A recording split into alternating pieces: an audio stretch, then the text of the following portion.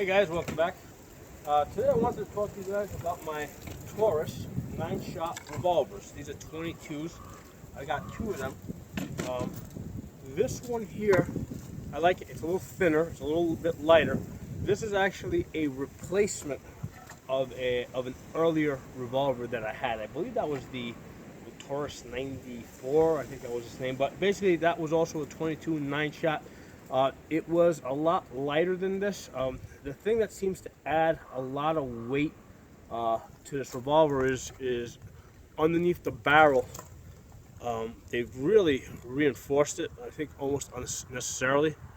I'm going to guess that they use the same frame for a variety of calibers, like maybe 38s, and they just drill the holes out a little bit smaller for the 22s. That's the only reason why I imagine that they would have made the barrel so heavy. And then over here I have a Taurus. This is the tracker. This is also a 9-shot.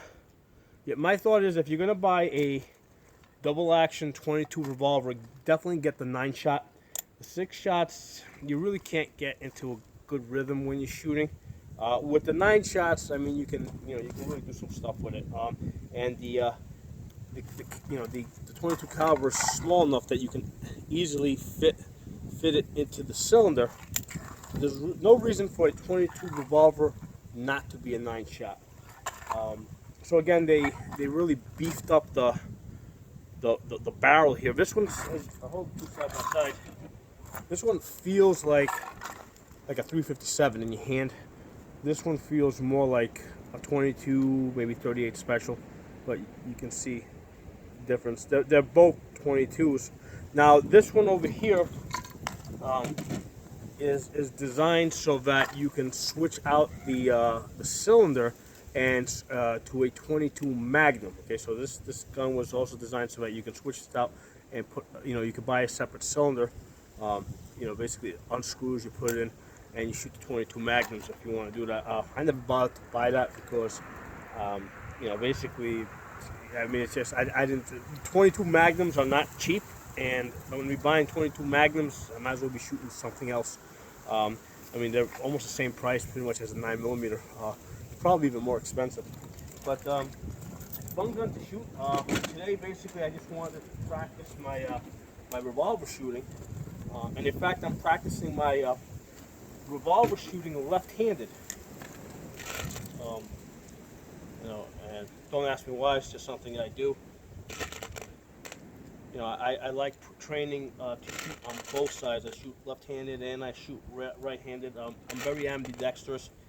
Now, when I shoot left-handed, I also use my left eye. Keep both eyes open. Okay, so normally when I'm shooting, right, keeping both eyes open. Right now, I'm behind my, I'm using my right eye. If I switch to the left side, now I'm on my left side. So both eyes open. I'm able to pick up the sights on either side. The thing with being omnidominant like I am is, like, if I'm in my right hand and I come up, okay, sometimes I have to wink my left eye for a second in order to pick up the sights on my right side.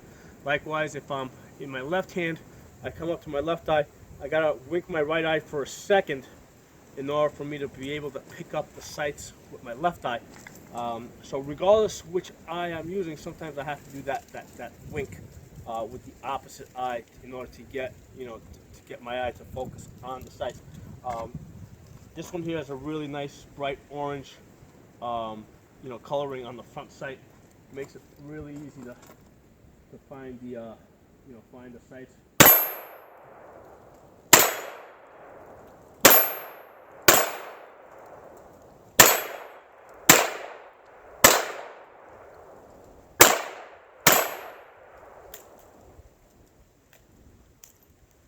Now the interesting thing is that this revolver here, now this one didn't come with the orange paint over here, but I just put a little bit of white paint there to help me pick up the sights a little bit easier.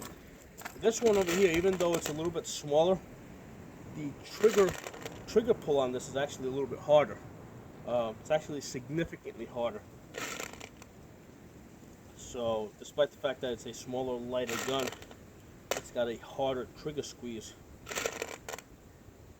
And like I said, this one here is a replacement of a prior revolver that I had. A lot of people make the mistake of thinking that revolvers never break, and the only reason why people will say that or have experienced that is because revolvers typically don't shoot thousands and thousands of rounds. People normally don't shoot 80,000 rounds on a revolver like I've shot through my Glock. Okay. But if you start doing a lot of rounds, revolvers do break. The timing goes off.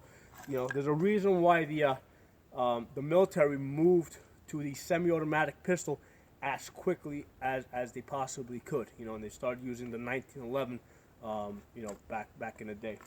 So let's shoot this one a little bit.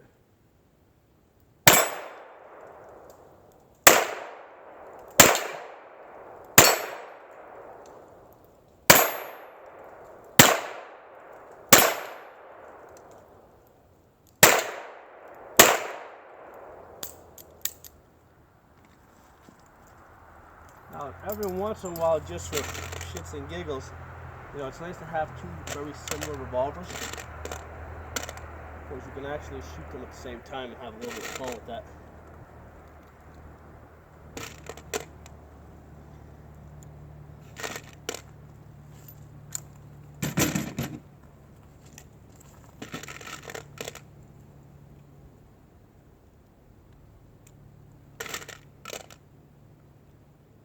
And it's nice with the 22s, because the 22 is obviously pretty cheap.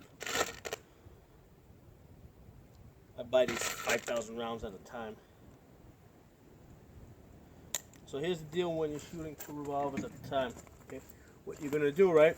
You hold the revolvers like this, close enough so that you can actually try and line up. Because right now, my left eye and my right eye is seeing the sights on this side, left eye seeing the sights on that side. So I'm actually able to get both eyeballs on the iron sights, and line up. Now, not that I'm going to be that much good with it, because I don't practice this often, but hey, once in a while it's fun to play with it.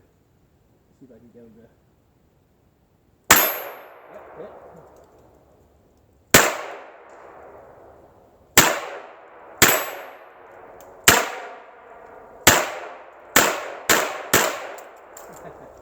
So,